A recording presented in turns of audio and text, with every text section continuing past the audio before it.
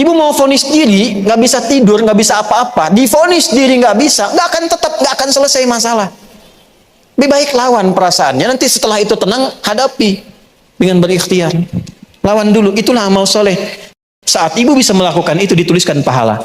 Apa yang terjadi? Falanuhyiyannahum hayatan thayyibah. Aku akan robah hidup orang itu, kata Allah, menjadi lebih baik daripada keadaannya sekarang.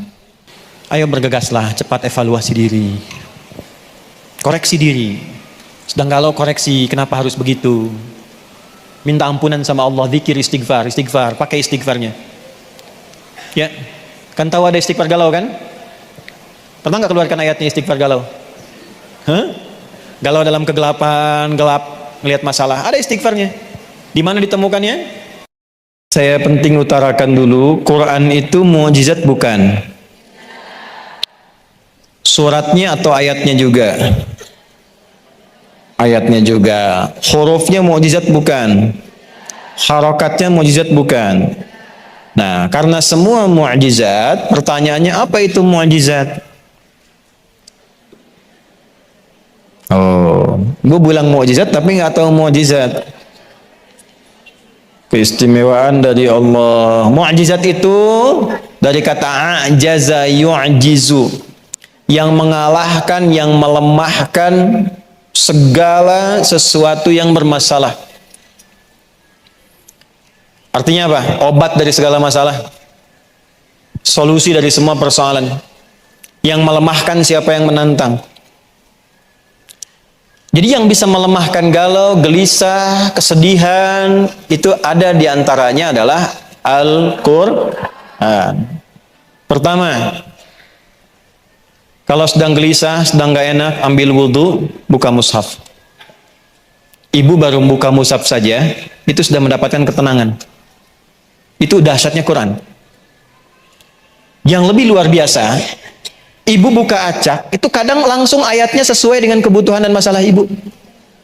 Bisa terjadi begitu.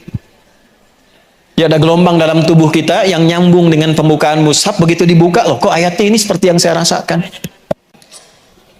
Kalau ibu punya kemampuan, pilih ayat atau surat-surat yang sesuai dengan masalah ibu sendiri. Ya, misal saja. Ada masalah di rumah tangga dengan suami misalnya. Maka ada Al-Quran misal di surat An-Nisa ayat 34 misalnya sampai 35. Itu kalau sudah fatal-fatal sekali dan sebagainya. Ada masalah dengan anak misalnya, Quran surat 17 ayat 23 sampai dengan 27. Anak masih kecil, cucu kecil dibawa-bawa supaya lurus ke depannya, khawatir jadi apa? Quran surat 31 Luqman tuh. Bisa dari ayat 12 sampai 19 tuh ya.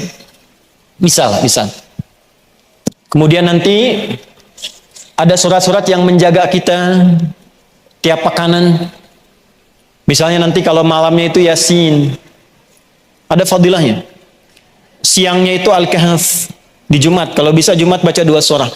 Malamnya apa? Yasin. Siangnya apa? Kahf. Sampai Nabi berkata begini, man qara'a suratal kahfi fi yaumil jumu'ati adha'a lahu minan nuri bainal jum'ataini.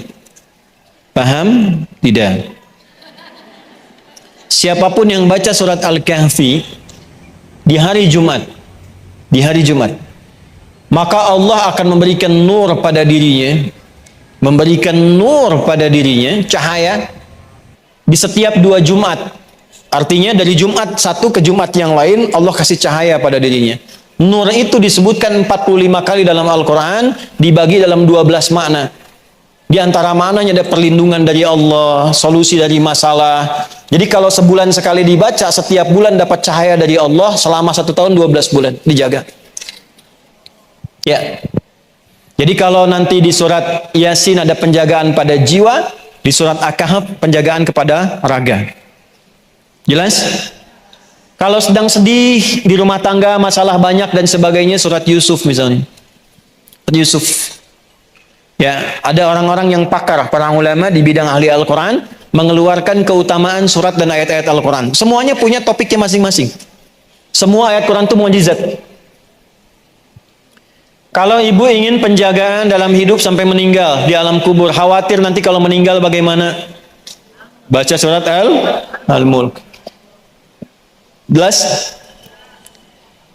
Ada nggak ustadz yang pendek-pendek dikit? Kalau sedang gelisah umum, gelisah, nggak enak, nggak tenang.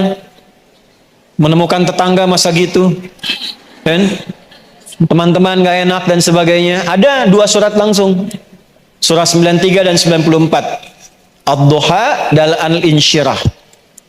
Upayakan ibu baca dalam sholat. Misalnya subuh, rakaat pertama Ad-Duha, kedua Al-In. Itu satu paket ya bu. 2 surat itu berpasangan, turunnya bersamaan. Tuh.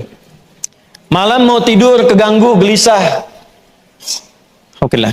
Lihat anak gelisah. Ibu mimpi nggak enak. Ya kan?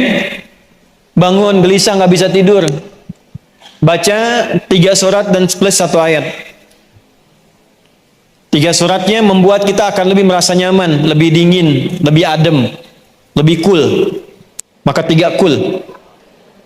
Qul huwallahu ahad. Qul a'udzu birabbil. Qul a'udzu birabbin. Nah, 3 surat ini membuat diri kita lebih cool. Terlindungi. Disebut dengan muawwadzatis tsalath. 3 surat minta perlindungan dari kegalauan akibat gangguan-gangguan syaitan. Jadi ada nanti dari 7 itu, selain makna tawakal kepada Allah, makna khauf juga, memang satu andalannya setan, senjata andalan setan untuk membuat manusia frustasi sampai mengakhiri hidup. Ditemukan di mana itu? Ali Imran, pindah. Surah keberapa? Ketiga. Ayat berapa? 175.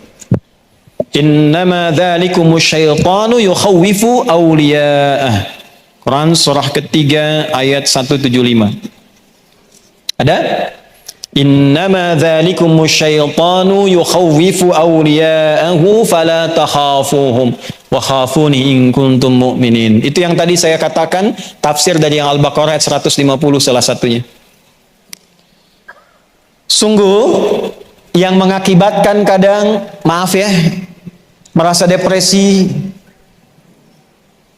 anxiety, kebingungan, kegalauan, kegelisahan yang dalam, sampai menghukumi ini nggak mungkin, nggak bisa, stres dan sebagainya, nggak bisa melakukan apa-apa. Itu salah satu faktor yang terdalamnya sebetulnya bukan karena masalahnya, karena setan mengaktifkan senjata utamanya, membuat jiwa orang itu berkesimpulan bahwa ya sudah nggak bisa apa-apa saya. Sehingga kemampuannya nggak aktif. Alih-alih menyelesaikan masalah, dia memvonis dirinya sendiri. Ditakut-takuti sama setan. Itu bahasanya. Innama dzalikumus syaitan. Itu yang menyebabkan demikian tuh setan. Yukhawwifu awliya'ahu.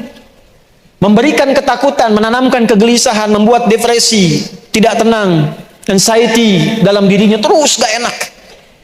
Tapi itu hanya bisa terjadi kalau diikutin setannya. Jadi kalau dalam suara hati ada yang mengajak ibu supaya pesimis, depresi, memvonis diri, jangan diikuti. Itu setan. Bu, jangan lihat saya begitu. Setan itu yang, bukan saya.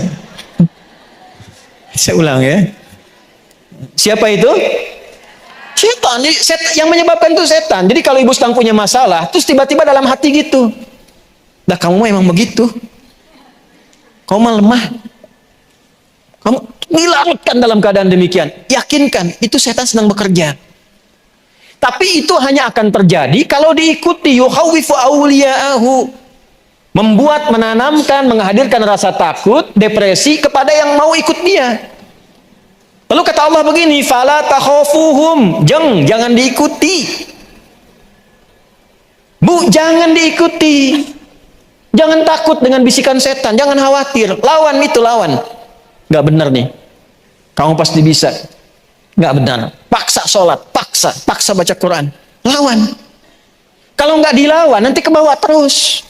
Rasa takut itu kalau nggak dilawan, nanti akan takut terus, Bu. Gelisah kalau nggak dilawan, itu akan gelisah terus. Orang takut dengan ketinggian, harus diajak naik tinggi. Supaya merasa nggak ada apa-apa. Kalau nggak pernah begitu, takut terus. Nah sama orang yang sedang depresi, sedang takut, sedang macam-macam, itu harus dilawan dalam dirinya. Nah bagaimana cara melawannya? Wa khafuni in kuntum mu'minin. Pasrahkan semua kekhawatiran, kegelisahan itu kepadaku, kata Allah. Kalau kamu memang beriman padaku, ditanya imannya. Tuh yang khawatir, yang galau, gelisah, memvonis diri, ditanya balik sama Allah, kamu beriman gak?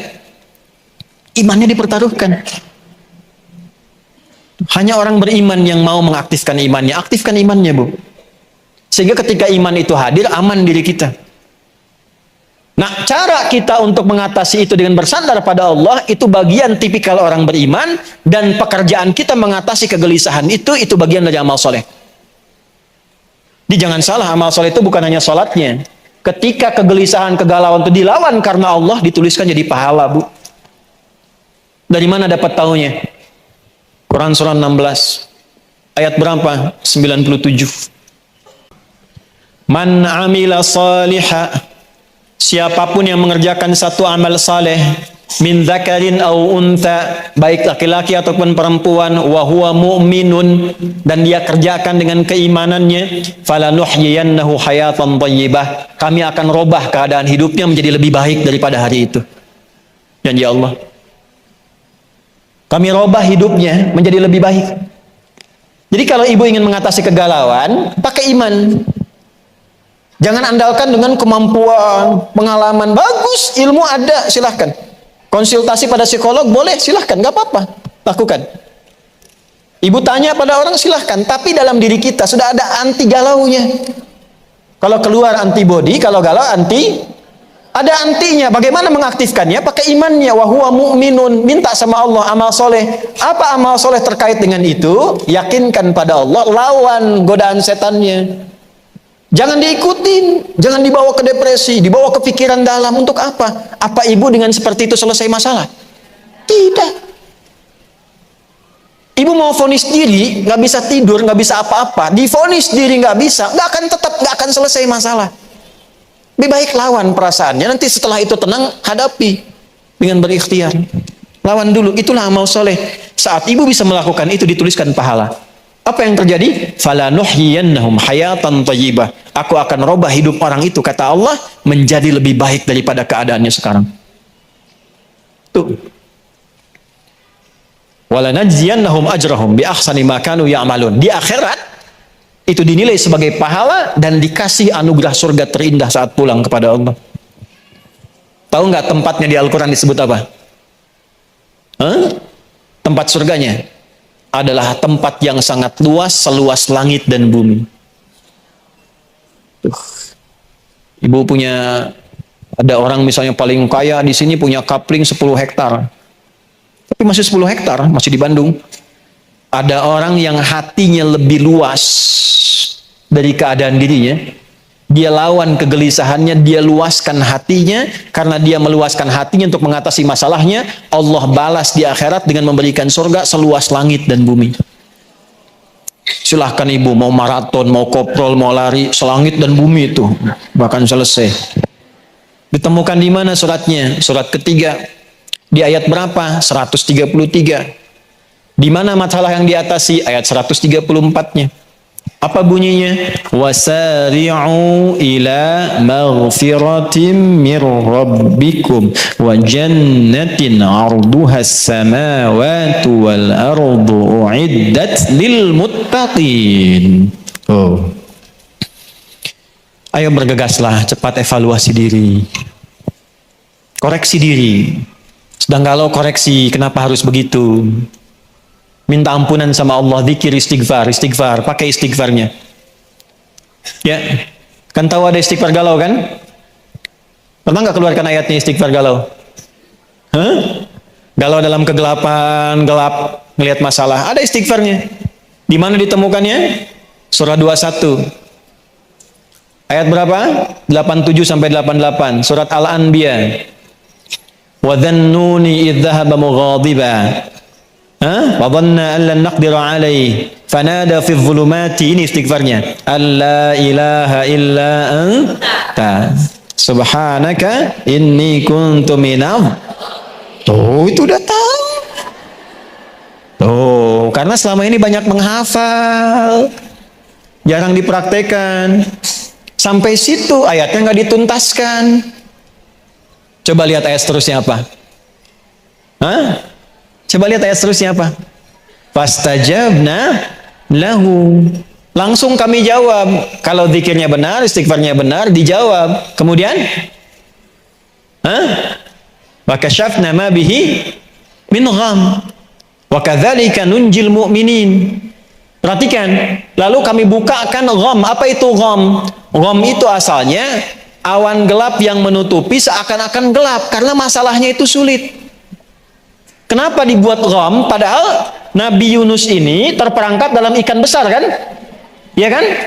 Di dalam ikan kan? Tapi jawabannya kami bebaskan dari kegelapan yang menyelimuti. Artinya apa? Ada orang nanti di masa depan, alhamdulillah. Ada orang di masa depan tidak harus masuk ke dalam perut ikan, tapi punya masalah yang membuat dirinya gelap, seakan-akan mau jalan susah, pikiran susah, saking gelapnya sulit melangkah. Pakai zikir itu, rasakan suasananya, maka Allah katakan, wa kadzalika nunjil mu'minin. Jangankan Yunus, kalau ada manusia di depan memiliki persoalan yang sama, walaupun tidak masuk ke dalam perut ikan, punya masalah yang membuat dia gelap, kami selamatkan orang beriman ini seperti kami selamatkan Yunus. Tapi mukminin harus pakai iman. Jelas? Nah, ngaji begitu. Ayatnya keluarkan. Suratnya, baca itu. Zikirnya. Itu algoritmanya namanya. Nah, nanti Quran tadi simpan di tempat-tempat yang baik. Simpan. Mau tidur, kalau tidur bisa lihat mushaf, di tembok disimpan, dikasih raknya dikit, simpan di tempat-tempat yang baik. Apa fungsinya? Kalau ibu minimal sedang gelisah, tiap hari lihat Quran, itu ke hati itu ada ketenangan. Yang kedua, ini dahsyat ini. Biasakan murattal hidup di rumah. Beda. Ruangan yang diisi Quran dengan yang nggak ada Quran itu beda. Lain.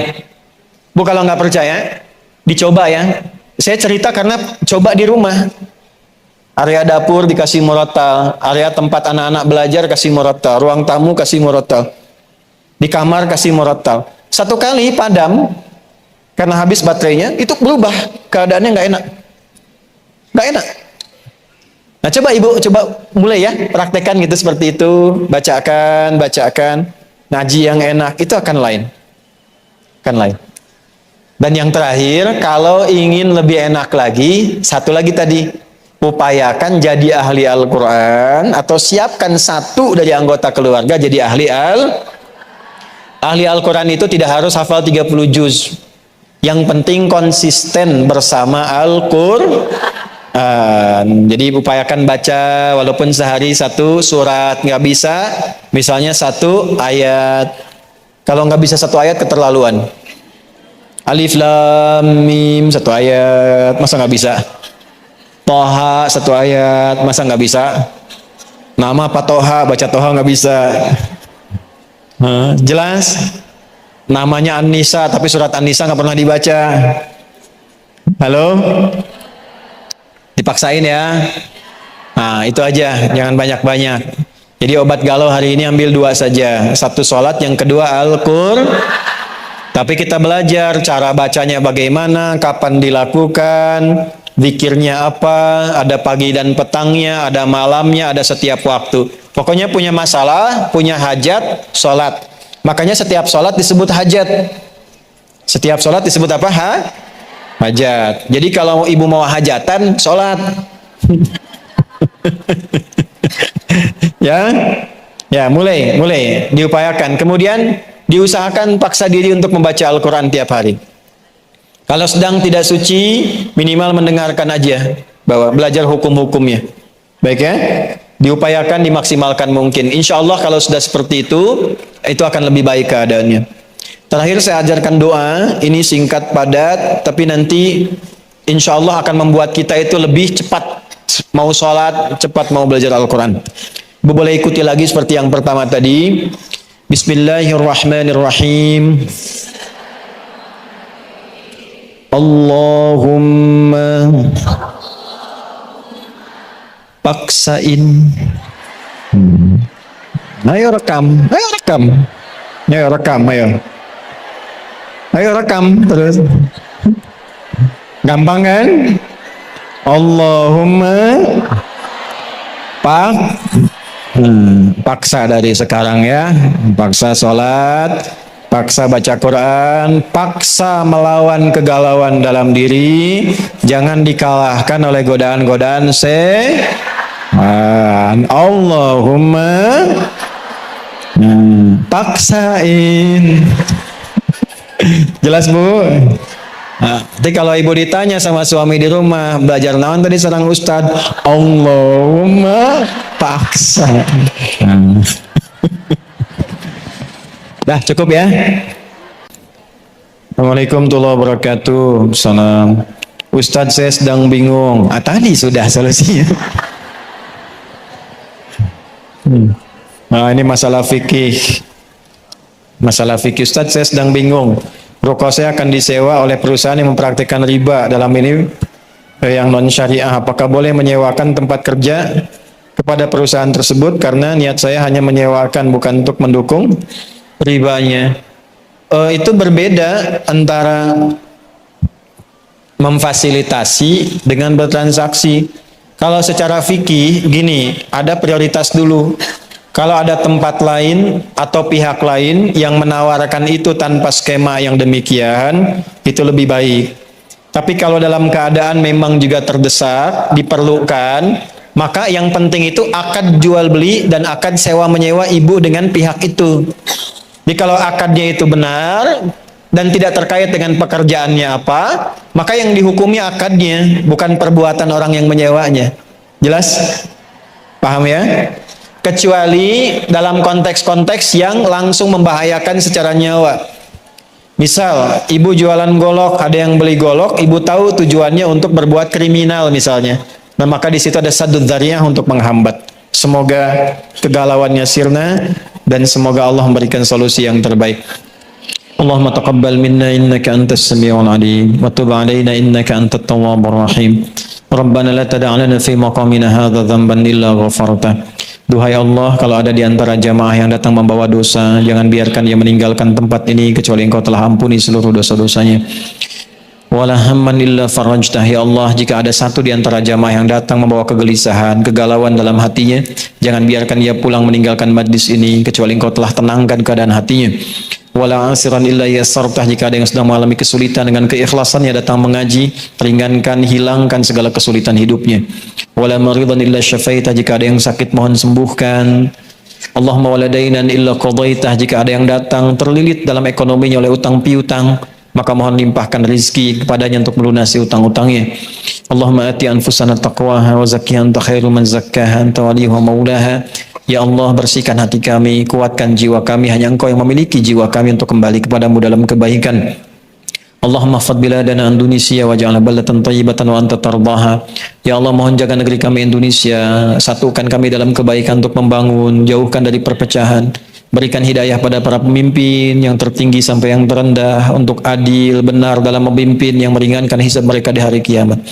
Wahfad ulama'ana waj'alhum mukhlasin lakad-din. Jaga para ulama kami, ikhlaskan mereka dalam berdakwah.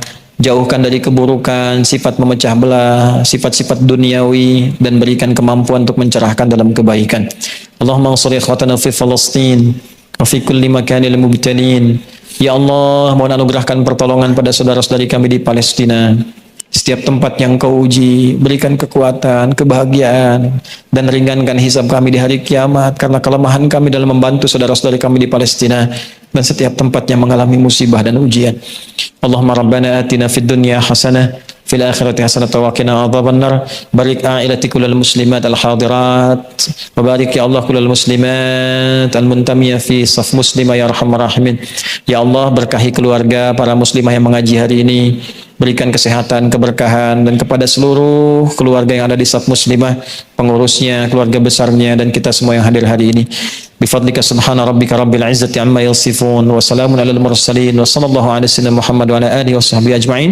Subhanakallahumma rabbana wa bihamdika asyhadu an la ilaha illa anta nastaghfiruka wa natubu ilaik. Walhamdulillahi rabbil alamin. Terima kasih. Mohon maaf. Assalamualaikum warahmatullahi wabarakatuh.